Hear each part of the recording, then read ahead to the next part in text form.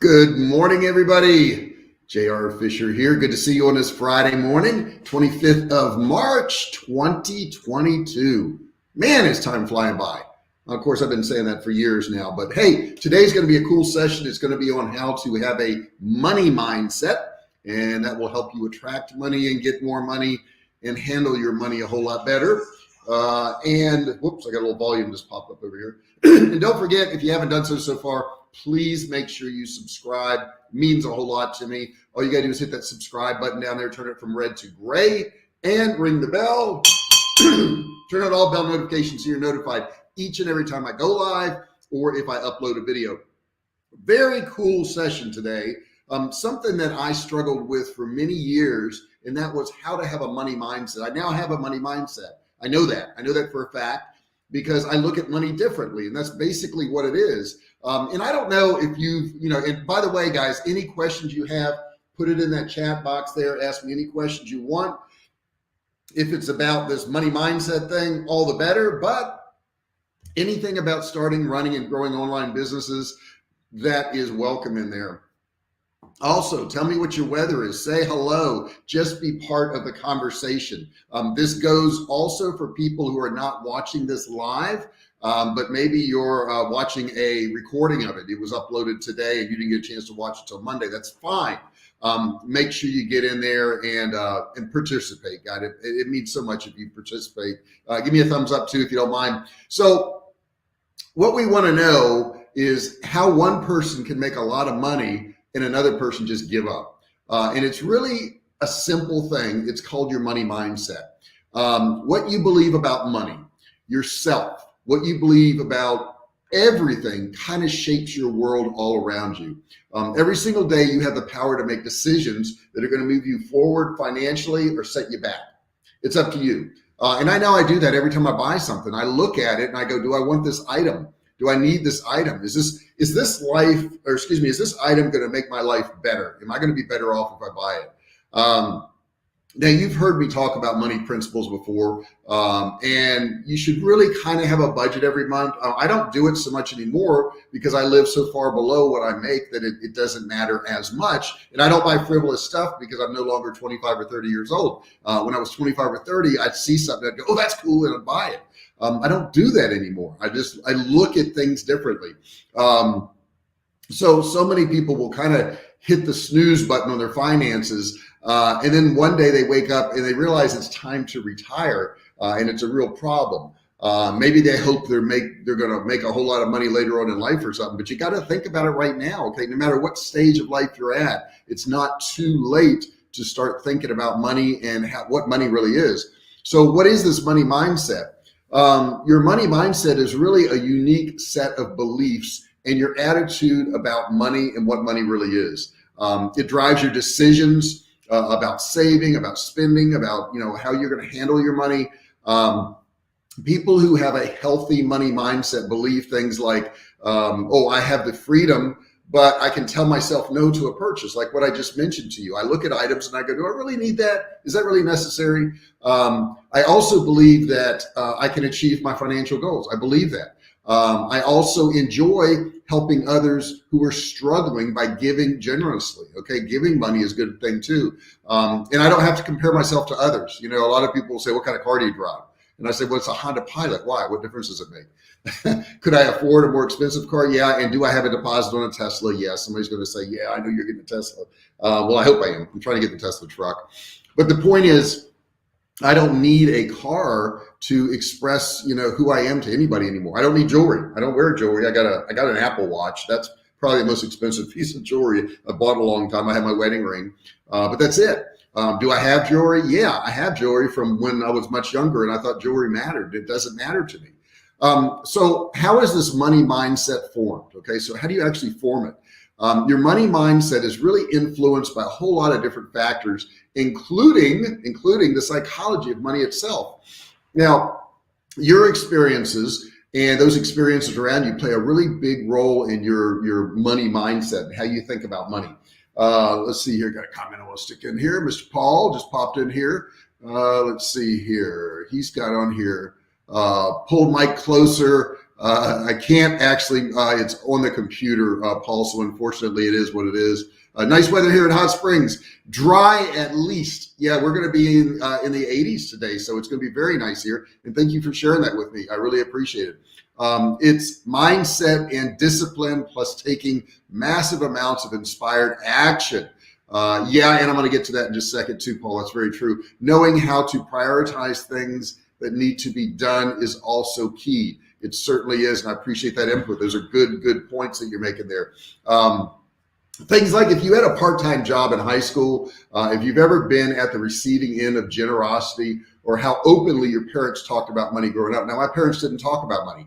They didn't teach me anything about money. I didn't learn anything about money from my parents. And my wife, I talked to her about it, and she was in the same boat. They just never talked to her about money. But think about it for a minute. Everything that happens in your life is not your parents' fault.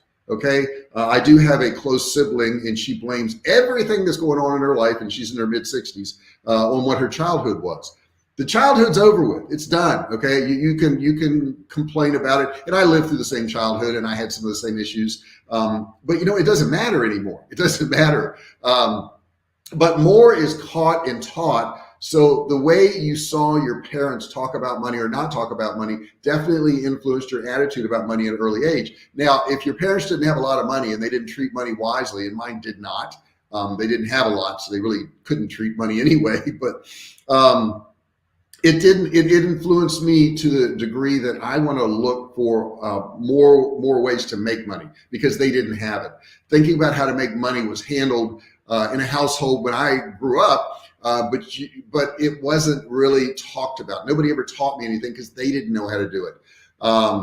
If you're married, it can also help to be the root of fights in your marriage. A lot of people will argue over money.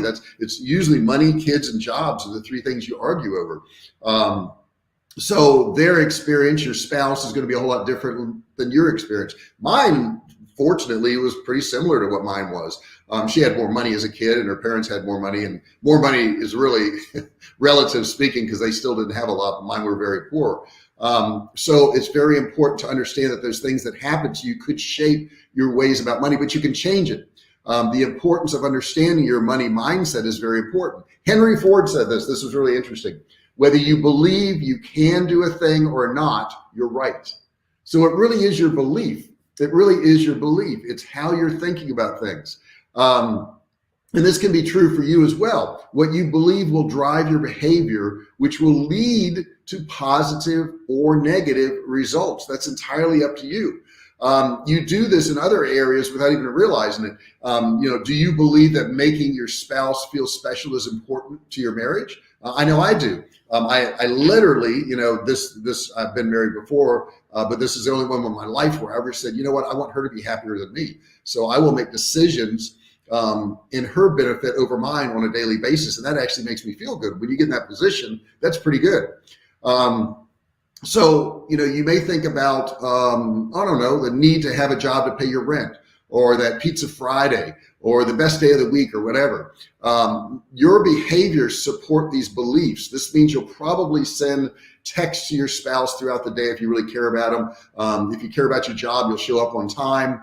And you'll make sure you pick up that pepperoni pizza at the grocery store if that's what she wants. Now, how do you change your mindset about money? Because that's what this is really about. How do you change it? Let me pop some of these comments in here once again, guys. I see what I got going. Let's see. I think you learn to also buy quality, not just a quick fix. Yeah, I'm big on quality now. I know that's a good example, Paul, because for years I bought pots and pans. They would wear out, the finish would come off, just things like that would happen.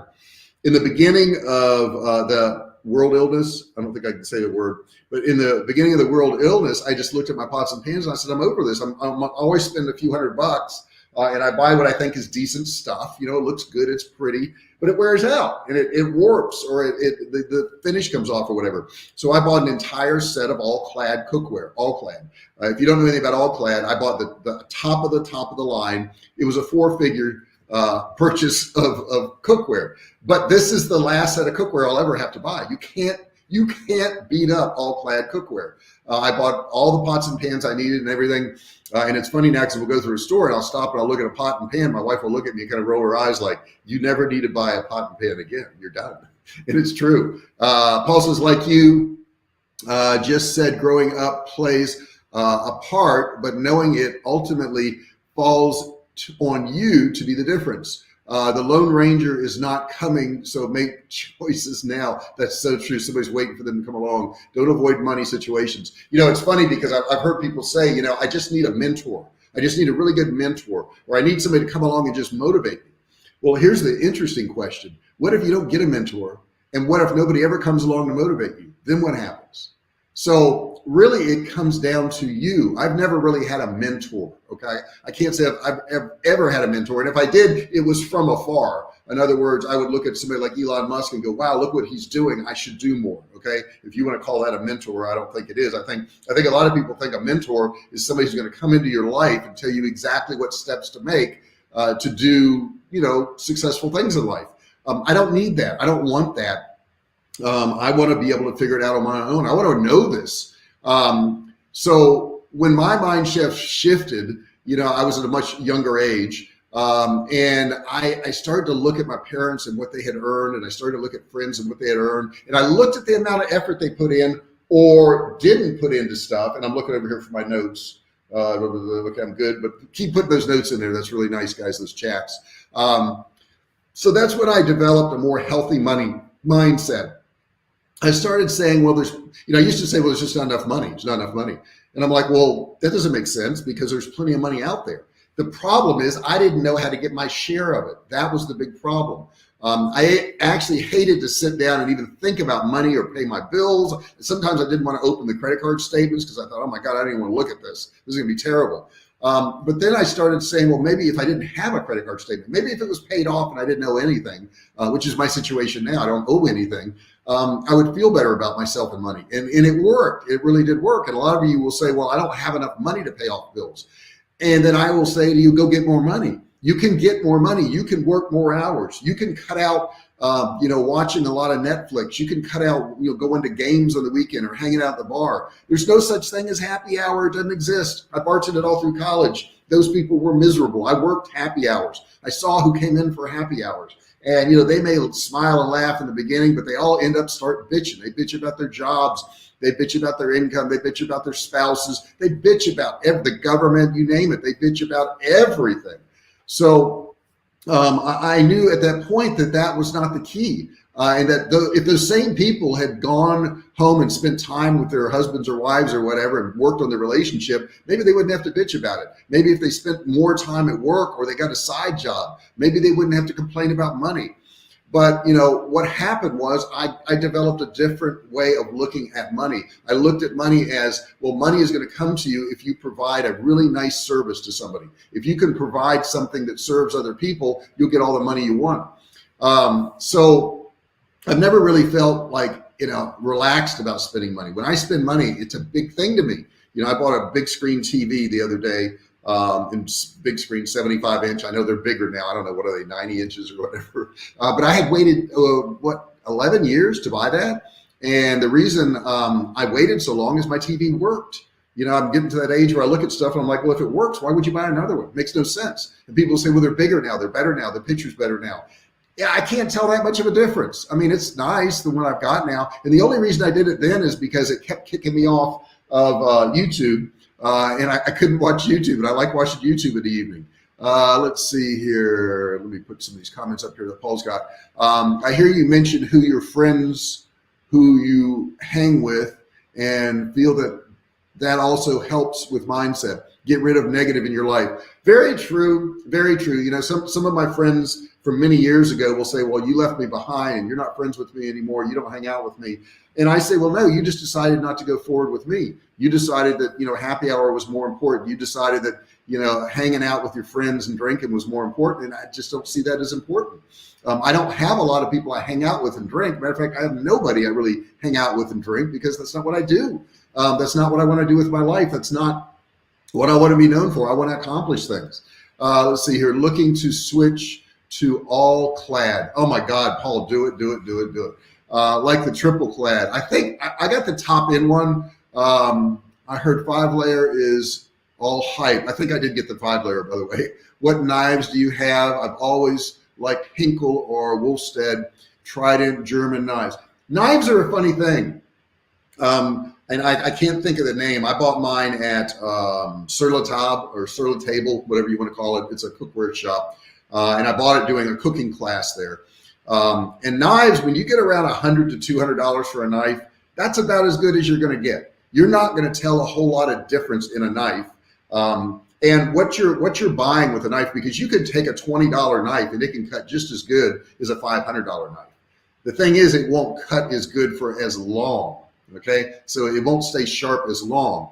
The thing about knives is you have to sharpen them on a regular basis, kind of like you got to sharpen yourself, right? You got to brush up with things every now and then. You got to have the sharpening stones. So I have my sharpening stones, and every 4 or 5 months, I'll sit down and I'll spend an hour, and it's boring, and I'll sharpen my knives. I don't take them to anybody to do it. I do it myself because I don't want them to screw them up, basically. I would recommend the All-Clad. I bought the top end stuff, and I don't think it's hype. I think they're really good. The ones I have are really, really good. And I also have a nice gourmet stove now. When I built this house that I'm in now, I built a gourmet stove, and I can actually turn it down to simmer. The stove I had in California, you turn it to low and it would almost go off, or it would go off, and then the flame would go out. And the lowest setting would pretty much burn any food you had. But the one I have now, I can literally put it at simmer and cook perfect rice or whatever. I really like it. So good quality is nice. Okay. Good quality is nice. But I did realize that after years of consistently, living on a budget and not having enough money, that the thing that changes being able to pay off your bills is making more money. Everybody has all these plans for paying off your bills, and pay this one certain amount this month, and pay the high interest ones first, or pay the low balance ones first. The simplest way to pay off your bills is have more money. I'm going to tell you that's the easiest way to do that. And the way to do that is take your downtime and invest it in some sort of business. Okay, that's what you really need to do. You need to actually change your mindset. Okay. You need to, number one, read books that will influence your mind in a positive way. My daughter the other day was talking to me, and this is a few months ago, and she says, Dad, growing up, I used to see you read all these positive mental attitude books and finance books and all that. And I thought, that's so boring. I just don't understand how you could read that stuff. And she says, that's all I read now. She goes, that has become a priority for me. And I've taught her about stocks and investing in stocks, and she's doing it. And you don't have to do this stuff on a big scale, guys. It's funny, if you start on a small scale, let's say investing in stocks, you can spend $50 a month or $100 a month. And so many people talk themselves out of that. They go, well, that's not enough money to really matter. It all matters. Everything matters. Okay. So that 50 or $100, it matters. The second thing you can do is think of your life up until now and ask yourself a few questions. What's the one thing my parents did with their money that I want to do differently? Was it a bad thing? Was it a good thing? What's the thing that my parents did with their money that I want to replicate? What do I want to do that's similar to them? What did I hear and see about money growing up, and how did that influence me? So you want to think about those things. Now, the next thing I'm going to tell you sounds counterintuitive, but it's not. Give away some money. Number 3 is giving away some money. Giving away is the most fun you can have. I'm telling you, when I give away money, and sometimes I'll go through a Walmart around the holidays, and I'll see people who are like shopping with their kids for toys or whatever. And before I do my walk around, I go and buy a whole bunch of gift cards, $20, $50, $100 gift cards. And I'll just walk up to people and hand them a gift card. I'll go, there you go. That may help you today. And they're like, who are you? I'm like, don't worry about it. I'll walk away. That is so much fun to me. I love doing that. Let's see, got some more comments in here. Funny to see old console TV sets. Yeah. Buddy gutted one and made it a bar. Haha. Miss being near Sur La Table, yeah, and Williams-Sonoma. Williams-Sonoma is expensive, man. I don't know, they're both expensive. I'm not funny about that. Okay, gas or electric appliances? 100% gas. 100% gas. I'm a gas person. I love gas. I can't stand electric. I had electric in Virginia. I had gas in California. I have gas here. Gas is the way to go. There's nothing better. You can't tell me electric one's any good. Let's see here. Being debt-free allows for better choices. Being in a position where you're not dependent on a job. Just over broke key 2. Wait, just over broke key 2. I don't know what that means. What is overbroke key to? Tell me about that. Okay, next thing I want to tell you about, okay, giving away money is fun. So that's the one thing I told you about. Dream about your retirement. Picture yourself on down the road. What's it going to look like? This will motivate you to do something about it. Plan for retirement. I mean, I think about that all the time. I'm like, what stock should I buy today? How should I invest today? If you can see your dream in real detail, you can fix your eyes on it. Then you can muster the effort you need to hit your numbers.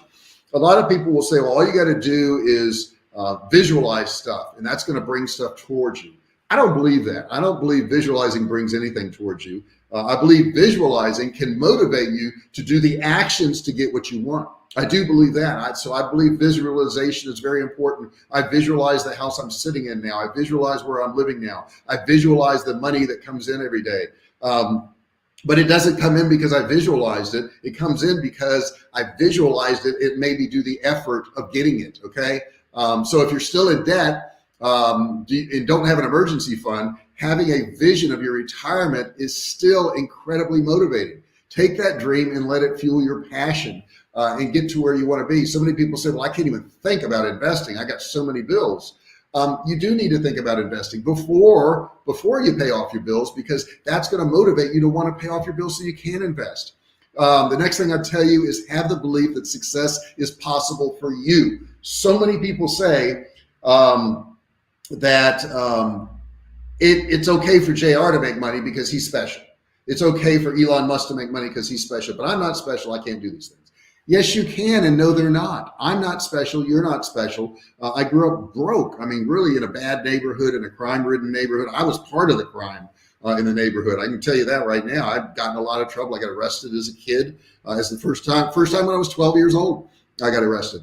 And I learned after going through some of these bad situations, that's not where I wanted to be when I grew up. I just didn't want to be there. Now, some people have bigger obstacles in their story than others. I get that. Some people do. I had some pretty big obstacles.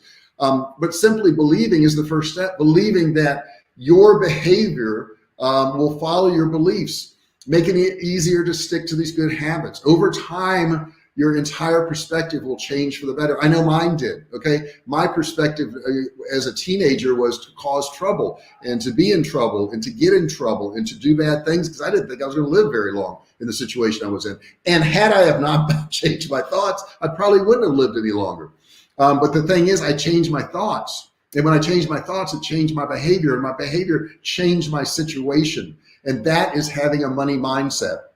Money mindset isn't just pie in the sky, okay? They say it's biblical if you believe in that. It says a man reaps what he sows. Have you ever heard that saying? It's very true. It's very, very true. You reap what you sow. What have you done to get what you have right now? Whatever you have is representative of what you've done, okay? That's a hard pill to swallow sometimes, but it's very true. Let's see here. Got another comment here. Not being dependent on somebody else for your future leads to independence. Getting over your initial fear of not having a job. You can be fired or downsized. Getting started as an entrepreneur. I did. That was a big fear of mine, Paul. I'll tell you.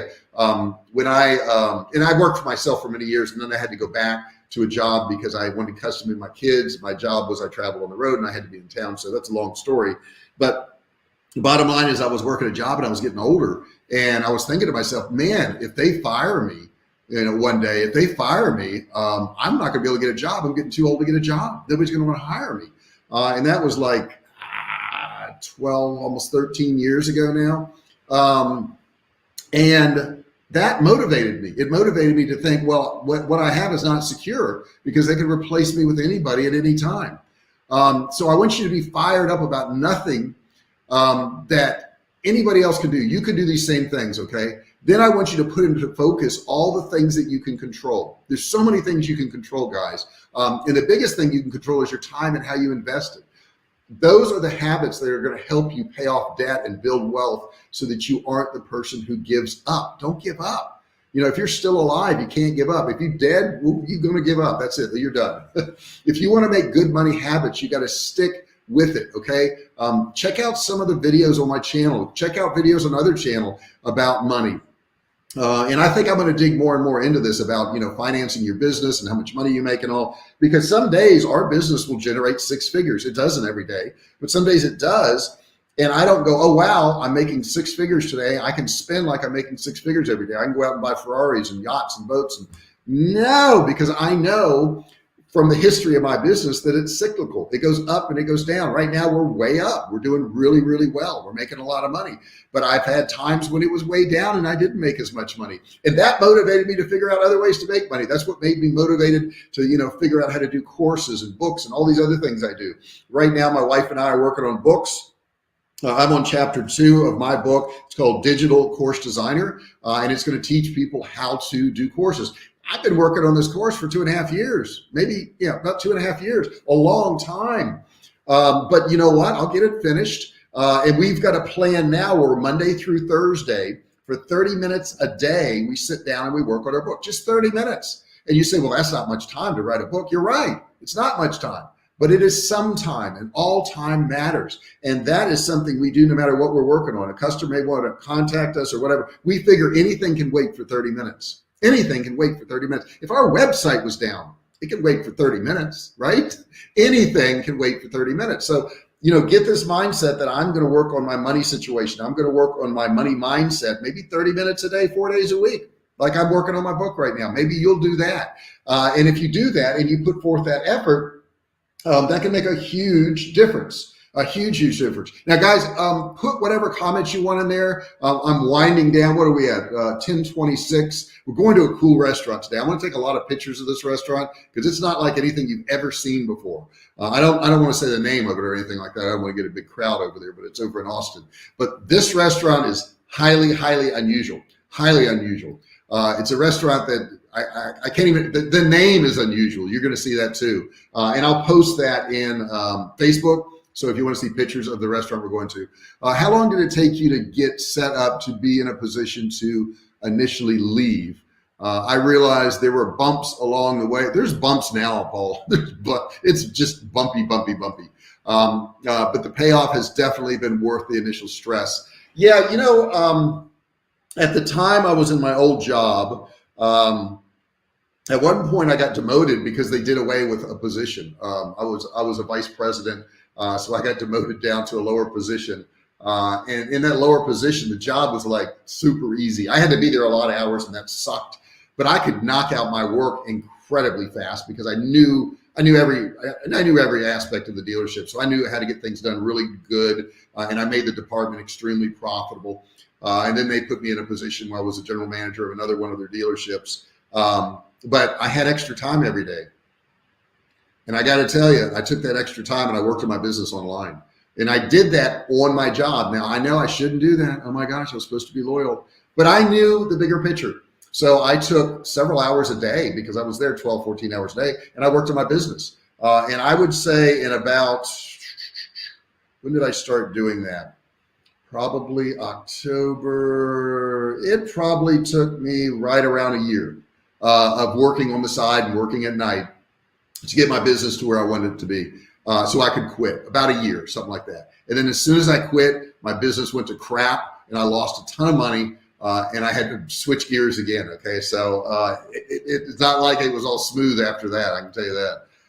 By the way, have you found a favorite steakhouse yet? I got to tell you, Paul, I have a hard time with steakhouses.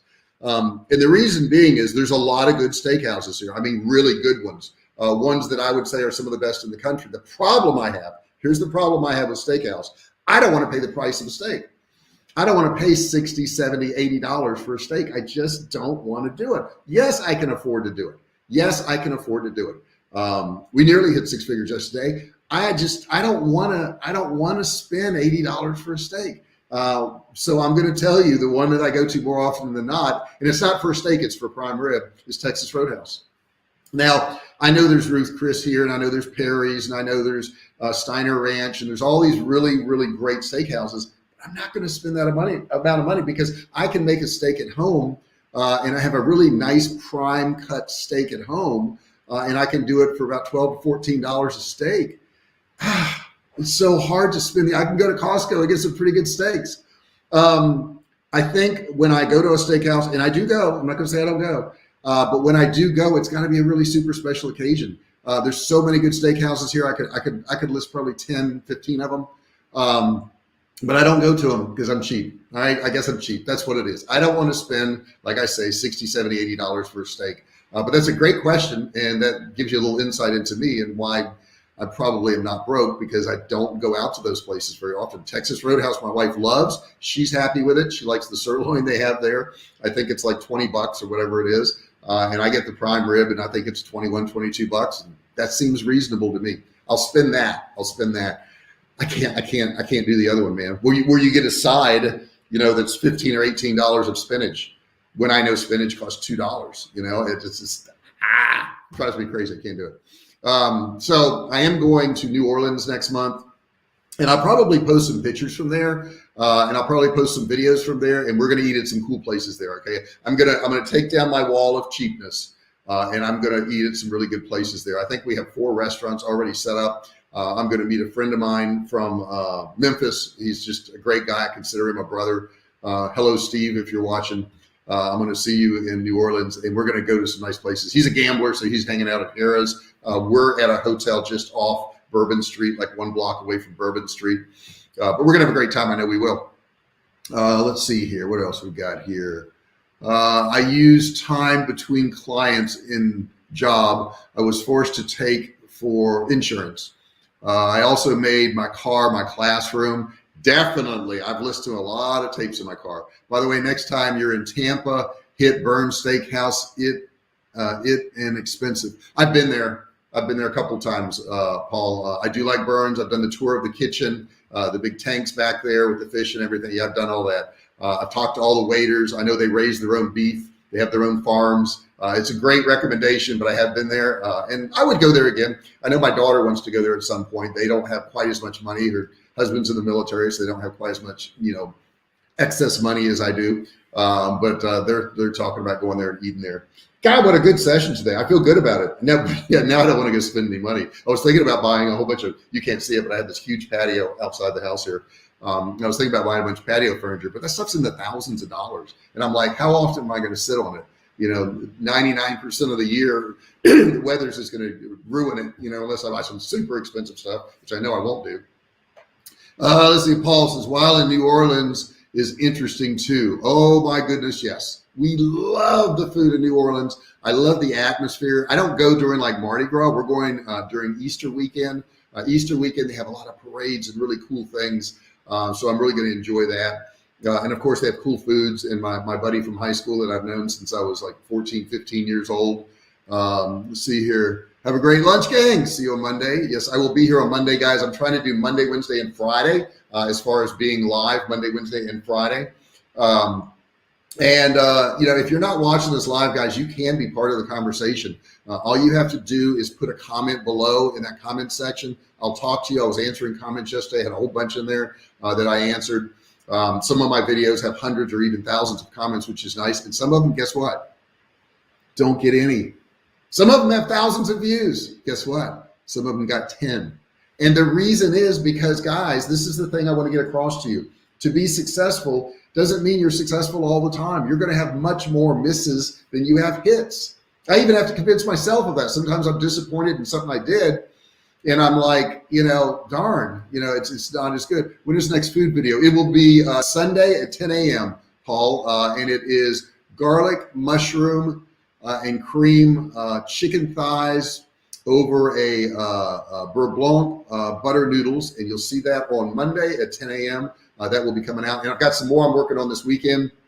Hopefully I can get those up next week. Those are secondary to this channel. I will tell you, my number one thing is teaching you guys how to start, run, and grow online businesses. But you're going to like this one, Paul. The chicken was amazing.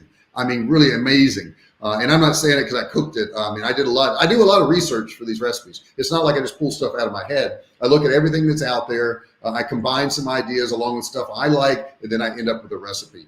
Everything was done fresh with the exception I did not make the noodles. Every other ingredient was fresh. The chicken, the sauces, the chopped garlic, the fresh mushrooms. Oh my God, I'm getting hungry already. You're going to like this one. I promise you're going to like this. Matter of fact, do me a favor, comment on it. If you see it there. I don't have a lot of traffic on that channel yet, but I will. I'm not worried about it because I know sometimes you get really good results and sometimes you don't. And that's the way it is. So guys, I hope you've changed your money mindset, or at least you're working on it. Doesn't matter what stage you're at. Doesn't matter how much money you have to change your money mindset. As soon as you do, your money situation will change. Thank you so much for being here. Thank you so much for your comments. Thank you so much for supporting this channel. Don't forget to subscribe if you haven't done so. Hit that button down there that says subscribe. Turn it from red to gray, and don't forget to ring the bell. Turn on all bell notifications so you're notified each and every time I go live or if I upload a video. Guys, thank you so much. Give me that thumbs up. It helps the algorithm. Thumbs up. Thumbs up. Do the thumbs up. Thank you so much. I'll see you soon.